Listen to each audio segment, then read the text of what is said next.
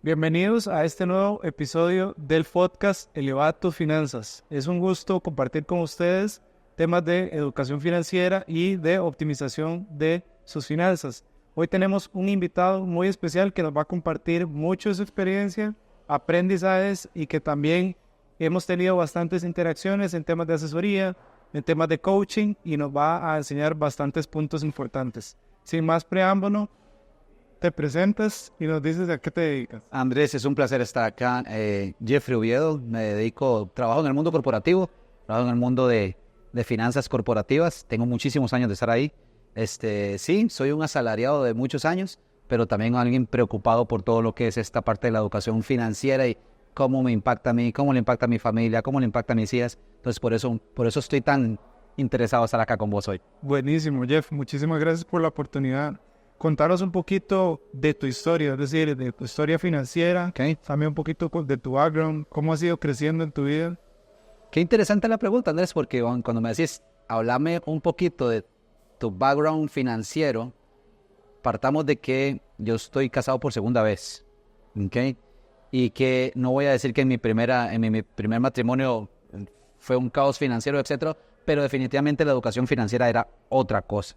Y creo que algo también que tengo que rescatar era que las etiquetas, las creencias con las que yo venía de mi familia, obviamente de mi madre y mi padre, eran completamente otras cosas, ¿no? Okay. Entonces yo soy de los que en su momento fue educado de tiene que trabajar en el gobierno y tiene que estudiar mucho y cómprese una casa propia y endeúdese por 30 años y haga esto y haga esto y haga esto, ¿no? Sin entender realmente cuáles eran los impactos que eso iba a provocar hoy, casi a mis 50 años, ¿no? Después, bueno, me vuelvo a casar y el chip financiero cambia por completo. Y es un tema más de sentémonos como pareja, hablemos qué somos, hablemos quiénes somos desde el mundo financiero, ¿no? Este soy yo financieramente hablando, ¿quién es usted financieramente hablando? Tratemos de ver cómo hacemos para que esto sea un solo ser. Y ahí comenzó una aventura, hablando desde la parte financiera, comenzó una aventura muy bonita de comenzar a sanar, comenzar a liberar y comenzar después más bien a hacer planes y comenzar entre los dos a decir, wow, estamos logrando Claro. lo que hace muchísimos años nos propusimos, ¿no? Claro. Que esa es otra, ¿no? Cuando me hablas del background financiero, también entendí en esta segunda administración Ajá. que esta parte de la educación financiera es lenta y uno tiene que tener la tranquilidad y la paciencia para hacerlo. Entonces, ha sido muy bonito, ha sido un viaje muy, muy bonito. ¿Y qué te digo? Después, en esta empresa en la que trabajo, Casa Herrero, Cuchillo Palo, trabajo en finanzas corporativas, finanzas globales, pero esa parte no, como que no estaba alineada a mi vida personal y también comencé a alinearlo, comencé a hacer que las cosas fueran muy similares. Un día mi esposa me dijo, olvídese, aquí no es el trabajo, pero después entre los dos nos comenzamos a dar cuenta que habían cosas del trabajo que había que aplicar Claro. en casa y nos ha servido muchísimo. Sí. Un poco, a resumen, eso es un poco mi background, historia financiera, Andrés. Buenísimo, buenísimo. Sí, es un tema muy común que yo también he recibido profesionales que trabajan en finanzas corporativas y todo bien, ¿verdad? O sea, resultados buenos, gerentes financieros, los resultados de la empresa excelente. Pero a nivel de la billetera muchas veces se descuida y no es porque no sepa, sino es porque todo el día estás viendo números, estás enfocado en algún tema de la empresa y llegas a la casa, no quieres ver más números. Entonces, poco a poco como que se... Andrés, esa es una y la otra es, como lo explicas también muy bien, pasamos todo el día viendo números, pasamos haciendo análisis, pasamos haciendo que la empresa tenga los mejores resultados, ojalá el menor endeudamiento con la mayor cantidad de ingresos y etcétera, y con la mayor cantidad de controles y procedimientos y documentos, y llegamos a la casa y eso no existe.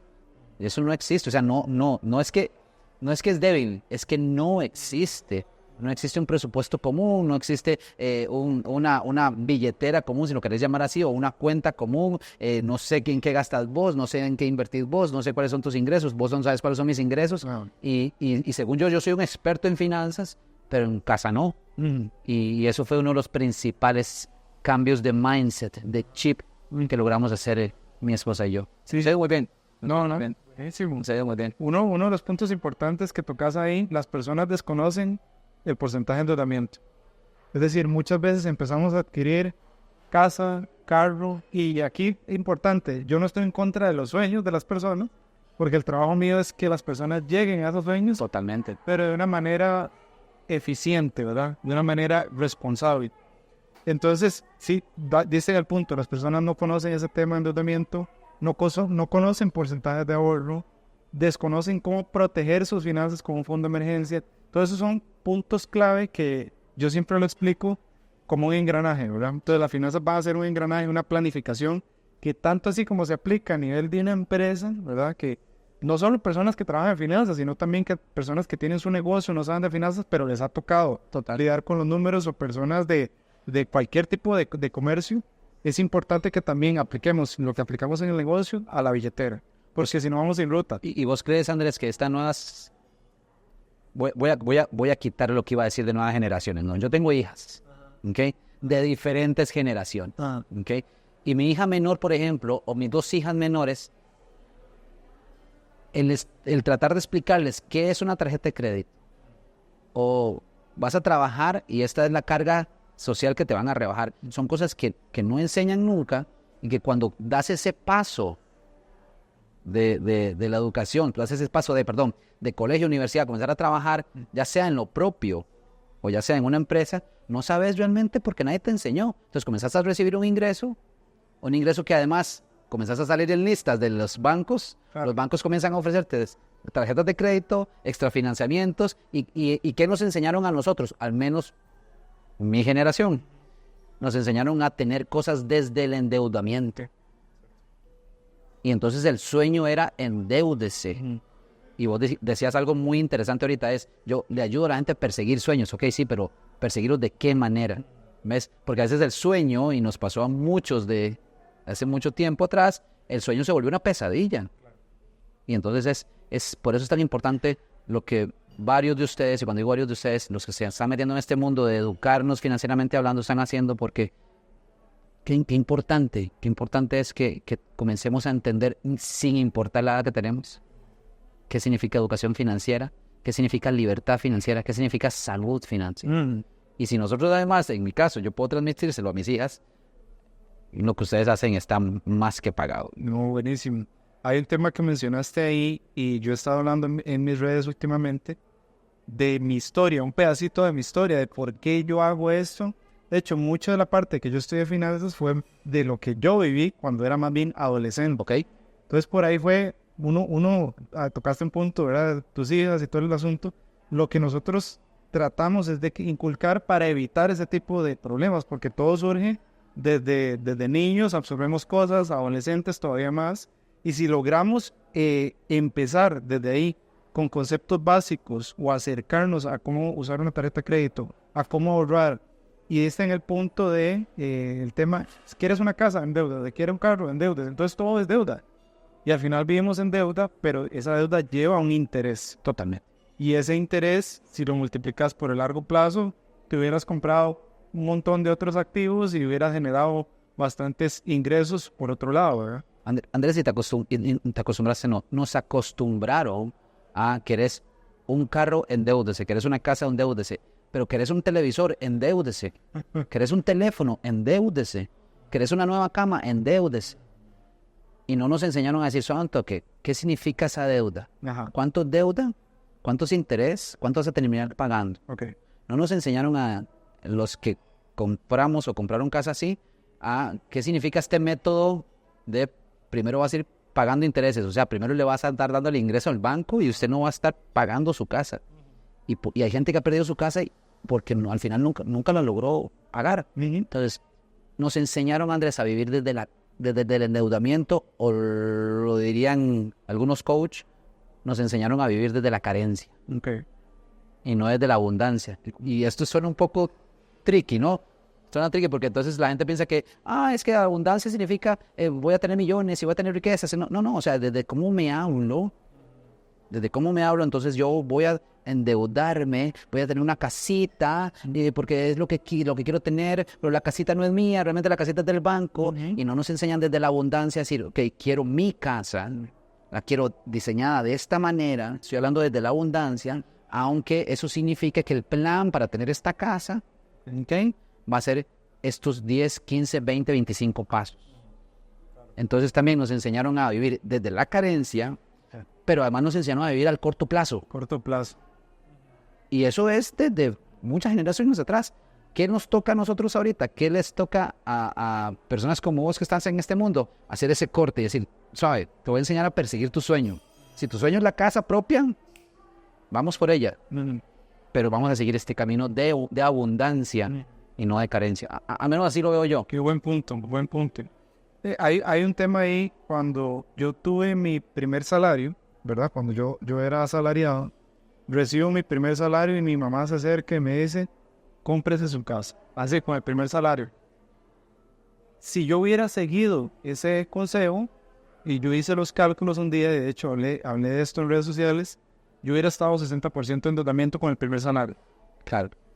Imagínense creo que hubiera perdido la casa, hubiera capacidad de ahorro cero fondo de emergencia, cero viajes, cero provisiones para los distintos gastos que van surgiendo. O sea, un consejo que tal vez sin querer de una persona muy cercana puede tener un impacto en los próximos 10, 15 o 20 años. Totalmente.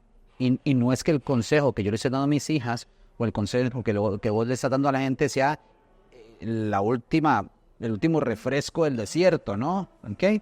Pero sí lo hacemos desde otra misión, ¿no? Yo sigo insistiendo, lo hacemos desde la abundancia, no te endeudes. Vea los intereses que vas a pagar. Los intereses que vos estás pagando son los ingresos de alguien más. Sí. O sea, son los ingresos. Entonces, ¿por qué más bien no hacemos un juego diferente? Comenzamos a ganarte esos intereses de algún modo. Comienza a tener una visión diferente de lo que es abundancia como tal. Obviamente nuestros papás o los que nos dieron esos consejos lo hicieron desde su mundo positivo, ¿no? Desde las herramientas que tenían, desde lo que ellos recibieron también. Pero nosotros tenemos también la responsabilidad de decir, vamos a crear una nueva herencia de educación, de creencias. Puede ser que algunas no sean tan buenas. Eso no lo sabemos. Eso no lo vamos a saber. Lo que tu mamá te dijo, cómprese una casa, no era malo. No, para nada. No era malo. No era malo. El tema es ¿cómo? El cómo. Y yo sigo insistiendo en la palabra carencia y abundancia. Era endéudese, amárrese, esclavícese a algo. Y entonces esto también, ¿qué hacía? Hacía que uno tuviese que esclavizarse a un trabajo, aunque no me gustase estar en ese trabajo, porque tenía una deuda de N cantidad de millones de dólares. Claro, vienen temas emocionales y ya empieza a impactar tu tema familiar. Un de esos leí que el porcentaje más alto de divorcios en Costa Rica no se da por infidelidad, se da por problemas financieros, porque la pareja no tiene educación financiera. Entonces se separan por eso. O sea, los principales problemas son por eso. No debería ser, Andrés. No debería ser. Totalmente. Sí. ¿Cuál consejo crees vos que es más valioso que compartirle, digamos, a un amigo o a tus hijas a nivel financiero? Ya hablaste un poquito general, tarjetas de crédito, eso. Pero sí, ¿qué consejo que es como una joya que le vas a regalar a una persona le dirías en términos de educación financiera? Edúquese. Edúquese, o sea, edúquese. Y cuando digo edúquese no es vaya a la universidad, saque una carrera ahí, que sí también, que sí también. Además yo soy partícipe de estudiar y me encanta estudiar. Pero cuando digo edúquese es edúquese financieramente hablando. ¿Querés invertir? No salga lo loco a invertir, edúquese. ¿Querés ahorrar?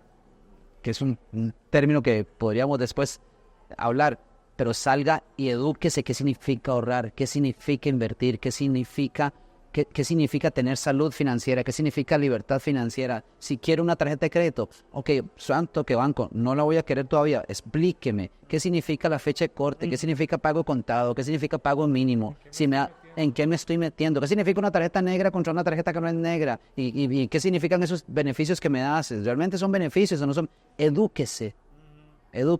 O sea, salgamos de la ignorancia, dejemos de vivir. Va a sonar un poco extraño lo que yo voy a decir, pero dejemos de querer seguir viviendo en la clase media. Y no tengo nada contra eso.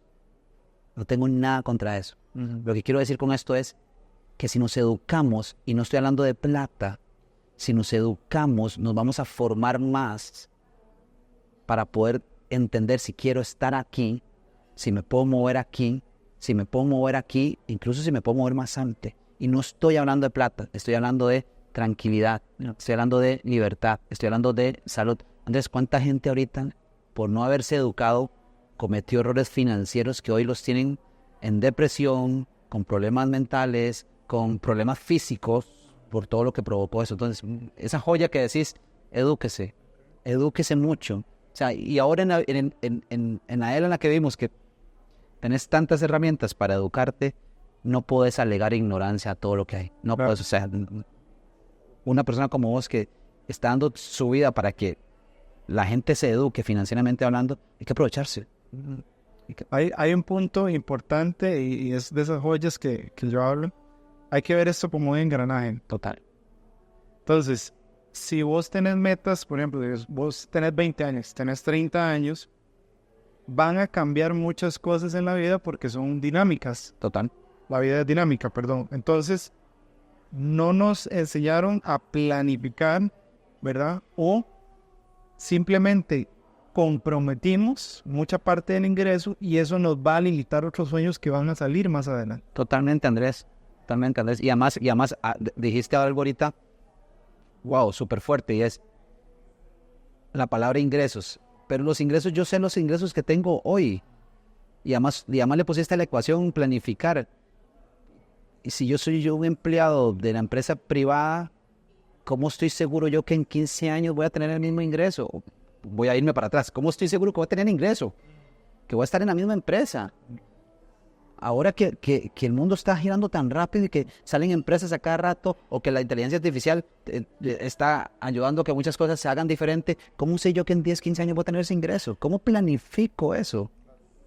Y entonces, si a eso le meto, si a esa planificación que vos decís, hoy tengo este ingreso, sí me alcanza para comprarme esta casota y la voy a poder pagar 30 años seguidos, ¿cómo estás seguro de eso? Y vos decías ahora algo que sigo diciendo que me impacta, y es, entonces, te amarras a eso. Comprometes tu ingreso en un 60%, en un 70%. No sabes qué significa endeudamiento. Hay un chip también que ahí estás tocando un punto muy importante y es la diversificación del ingreso. Tenemos que planificar para diversificación de ingreso. Está bien la casa, de nuevo, está bien el carro, pero ¿y los otros ingresos? Tenemos que planificar para eso. Sí, total. Y muchas personas, y yo he hablado de esto en redes, que hay como un misconception de lo que es inversión, ¿verdad? Voy a invertir poquito y voy a obtener algo muy grande. Y voy a vivir de eso. Pero es muy común que pasa eso, ¿verdad? Y por eso, y las opciones que aparecen por ahí, usualmente eso es una estafa, ¿verdad? Porque un mayor rendimiento es una estafa. Pero tal vez el punto que quiero explicar es que yo necesito ser, dentro de mi presupuesto personal, dentro de mis ingresos, necesito planificar esa otra parte para diversificar el ingreso. Totalmente. Para no depender de una sola fuente, porque precisamente vos lo estás mencionando. El mundo se mueve demasiado rápido, hay mucha incertidumbre y eso siempre va a existir. Pero necesitamos tener un plan A y un plan B y por qué no un plan C, ¿verdad? Y ahí es donde nos ayuda la diversificación. Ahí es donde nos ayuda el tema de tener una planificación, porcentajes de endeudamiento bajo para aumentar el ahorro. Planifiquemos la casa, pero hagámoslo bien. Planifiquemos el carro, los viajes, pero hagámoslo bien. Hagamos un negocio, hagámoslo en papel, sentémonos, hagamos una investigación de mercado, hagamos un análisis de rentabilidad y ahí vemos si tomamos la decisión. Totalmente, ¿no? Sí, no me voy a poner una carnicería o un restaurante al frente de Walmart. O sea, como lo he visto en varios lugares, yo paso y yo digo, sí, seguro es rentable para esa persona, pero realmente le está dando el ingreso que quería. Realmente lo va a sacar de donde él está ahorita metido. Me explico, es que nos falta educarnos en lo que queremos hacer. Y otra cosa, Andrés, es que nos falta entender o no nos tomamos el tiempo para pensar y analizar realmente qué es lo que quiero. Okay. ¿Cuál es mi objetivo de vida? ¿Qué sentido le quiero dar a mi vida? Entonces también, hay mucha gente que dice, quiero una casota o quiero el gran carro, pero ¿para qué? ¿Para qué? ¿Para qué? ¿Qué quieres hacer con eso? ¿Qué te va a dar eso? ¿Estás pensando en un estatus? ¿O estás pensando en tranquilidad porque tenés un bien inmueble? ¿O querés el gran carro porque querés que te vean? Y entonces vuelvo al punto de estatus. ¿Qué es lo que quieres con eso? Y yo parto de lo que vos también me enseñaste cuando estuve con vos en todos estos cursos. Si ese es tu sueño, está bien. Pero entonces definilo bien. Definilo bien y además, ok, si quiero el X carro, ¿qué significa financieramente hablando? ¿Y a qué me voy a tener que limitar? Línea. Y cuando tenés eso decís, ok, aquí estaba mi objetivo. ¿Me acerca mi objetivo de vida? ¿Ese que yo creo que sé cuál es? ¿O me está alejando de mi objetivo de vida? Es eso, o sea, siempre cualquier decisión uno debería decir, ¿esto me está alejando o me está acercando al objetivo de vida que quiero? Lo que pasa es que, vuelvo, insisto, el paso que hay que dar hacia atrás es, ¿y yo sé cuál es mi objetivo de vida? Obviamente a los 17, 18 años, cuando salen del colegio, le dicen, no, tenés que escoger cuál es la carrera que querés estudiar. Uno dice, no sé qué quiero estudiar. Ajá. Pero creo que a los 25, a los 30, a los 35, a los 40, si aún no se ha hecho, uno así debería detenerse y decir, ¿cuál es mi objetivo de vida? Okay. ¿Qué sentido le quiero dar a mi vida? Y cuando te logras responder eso, comenzás a ver, ¿me estoy alejando o me estoy acercando? ¿Me estoy alejando o me estoy acercando? Okay. Es un poco, ¿no? Muy bien. Okay. Muy bien, muchísimas gracias. Cuando vos fuiste estudiante del programa Asegurando mi Futuro Financiero, ¿por qué vos inicialmente buscaste esa ayuda? Qué buena pregunta. Partamos de que ya para ese momento yo tenía mucha conciencia de lo que yo quería llamar libertad financiera. Ok. ¿Okay? Y además partamos de que ya estaba casado por segunda vez y tenía una pareja que estaba en la misma sintonía. ¿Okay?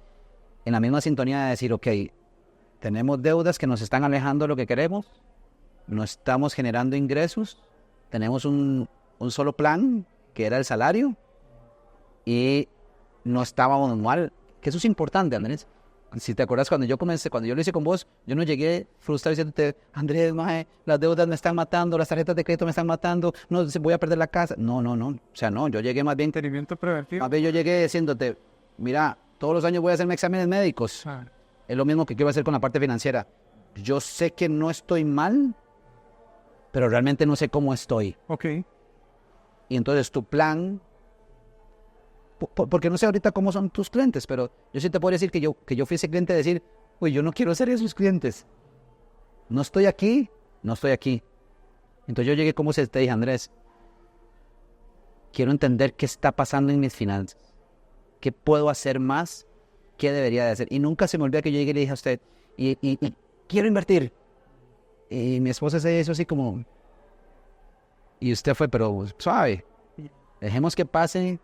Primero la inversión era, como usualmente ¿Te acordás? Y entonces usted me dijo, dejemos que pase las sesiones que vamos a tener y al final me decís si realmente es primero la inversión.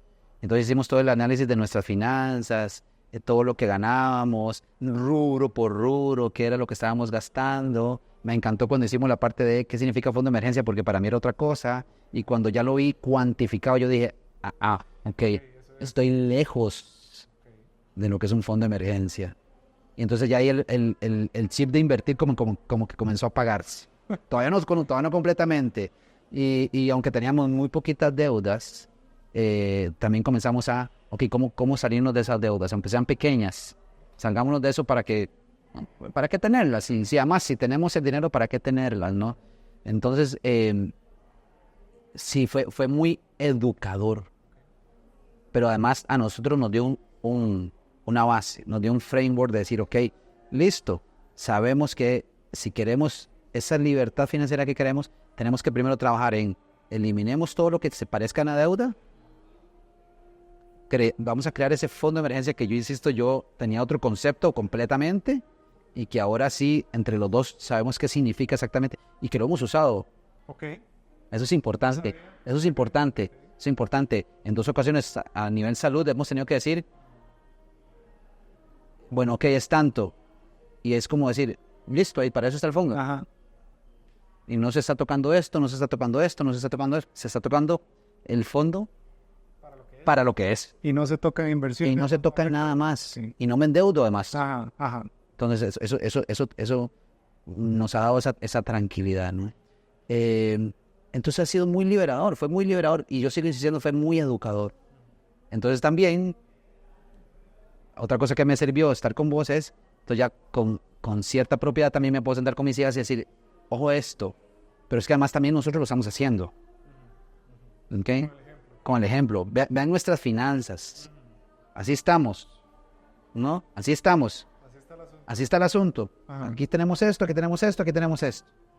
Uno de esos casos de salud fue una de mis hijas y ella estaba como tensa y yo, tranquila, o sea, es que para eso está esto. Ya está planificado. Cero estrés. Pero eso lo dio estar en esas sesiones con vos, pero además también ser disciplinado. Ser disciplinado porque Es un 50-50, ¿verdad? usted me puede dar todo lo que usted quiera. Ah, Usted me puede dar acceso a todas sus plataformas, a toda su educación, a todo el perfil, y usted me puede compartir todos sus tips, etcétera. Que si yo me lo dejo como curso pase como un curso más, Ajá. en 2 años, 3 años yo voy a estar diciendo, este chaval Andrés, muy malo, no se los recomiendo a nadie. ¿Y por qué no lo recomiendas? Porque es que no me sacó de pobre. Y sigo endeudado.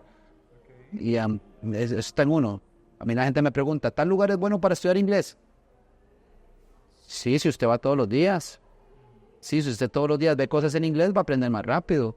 Y si escuchas podcast en inglés, vas a todavía a avanzar más rápido. Claro. Pero si vas a estar yendo un día a la semana, 2 horas a la semana a estudiar inglés y el resto del tiempo vas a estar hablando en español y todo es en español, el curso va a ser malísimo. Es como un ejercicio. Es lo mismo con el gimnasio. Y eso, diste ahí un clavo, porque la idea de toda la asesoría es que la persona tenga un sistema financiero, que tenga la planificación, la estrategia, pero que tenga un sistema financiero que pueda seguir replicando. Porque eso es importante, también enseñarle a las personas a pescar, a los que tengan las herramientas, el conocimiento, claridad en números y en toma de decisiones financieras para ahorrarse un montón de dolores de cabeza, que al final eso ni lo podemos cuantificar. Todas las decisiones financieras correctas que hicimos, todo lo que nos ahorramos y no entrenamos. Totalmente, Andrés, totalmente. Y dijiste algo clave también. Y no lo había pensado así hasta ahorita que te escucho. ¿Sí? ¿Qué aprendí o qué aprendimos mi esposa y yo con vos? A tener un sistema. Ok. Porque parto de que nosotros no llegamos agobiados. O sea, tal vez fuimos unos clientes raros para vos, pero nosotros no llegamos agobiados. No. Nosotros no llegamos agobiados. Más bien cuando nos pedías algo, nosotros, aquí está. Y quiero el detalle de tal cosa, aquí está. Pero no había un sistema. Ok. No había un sistema. No había un sistema. Lo que aprendimos fue a tener un sistema. Aprendimos a ponerle nombre a las cuentas. Esta cuenta se llama fondo de emergencia. Esta cuenta se llama ahorro de viaje. Esta cuenta se llama salario.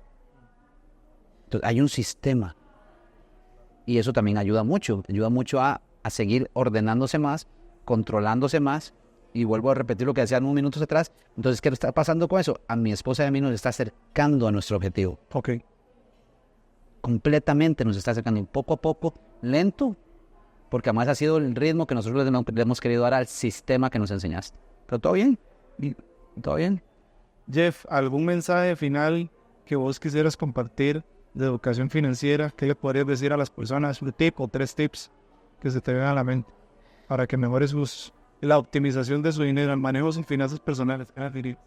Vamos a ver, lo primero que les diría es esto, y lo dije hace unos minutos.